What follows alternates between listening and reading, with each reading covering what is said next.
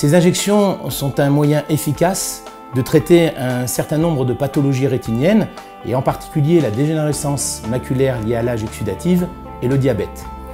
Le nombre croissant de patients à prendre en charge, 120 000 en 2008 et en 2018 plus d'1 million de patients à prendre en charge, impose et exige de la part des soignants une réorganisation.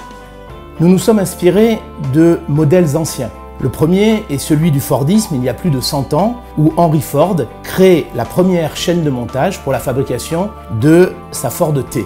Le deuxième sont ceux des militaires qui, sur le champ de bataille, lors d'afflux massifs de blessés, ont organisé un plan dit le plan Mascal. Enfin, dans la restauration, où le principe de la marche en avant permet aux aliments propres de ne jamais croiser les aliments souillés. Nous avons donc réalisé une nouvelle salle dédiée pour les injections intravitréennes. Cette organisation impose un bon timing de la prise des rendez-vous par nos secrétaires.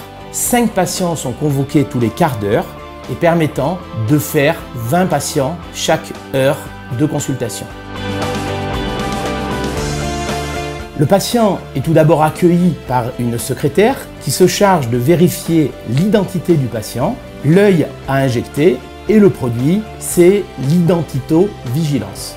Dans la salle d'attente, une orthoptiste poursuit la prise en charge du patient par des gouttes d'anesthésique et marquera d'un feutre délébile la première lettre du produit sur le côté de l'œil à injecter. Après cela, le patient entre dans un sas où le premier aide-soignant l'aide à s'habiller avec, sur chacun des patients, la mise en place de surchaussures, d'un bonnet et d'une blouse non stérile permettant d'éviter la transmission des microbes. Après une deuxième anesthésie locale, le début de l'asepsie débute avec un badigeon à la bétadine dès la salle d'attente. Ce même aide-soignant va amener à l'intérieur du bloc opératoire le patient où se situe un deuxième aide-soignant qui le prendra en charge pour l'amener sur le brancard d'injection. Une infirmière pendant ce temps va préparer le champ stérile et également va revérifier sur une troisième liste séparée le nom du patient, le produit et l'œil à injecter avec à nouveau une deuxième désinfection à la bétadine. Pendant ce temps, le chirurgien prépare sa seringue du produit à injecter, le champ stérile est posé sur l'œil du patient, puis l'injection est réalisée.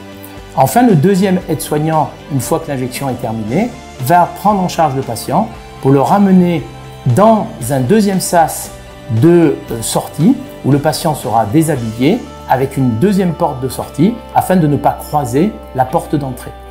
Petite astuce, entre les sas d'entrée et le sas de sortie, existe un placard ouvrant de part en part afin que le patient puisse récupérer ses affaires, sac à main, canne, etc. quand il va sortir. Enfin, l'aide-soignant raccompagne jusqu'à la sortie dans la salle d'attente le patient où son accompagnant vient le chercher et le patient peut partir. Donc en conclusion, la bonne coopération et la concertation entre les ophtalmologistes nous a permis une meilleure prise en charge de nos patients. Avec 4 personnels affectés et sur un seul fauteuil, environ 20 patients peuvent être pris en charge en 1 heure. Entre son arrivée et son départ, le patient ne reste qu'environ 30 minutes à la clinique. Un récent audit a permis de montrer que 96% des patients étaient satisfaits de cette nouvelle organisation. Alma Viva Santé, au cœur de l'excellence médicale.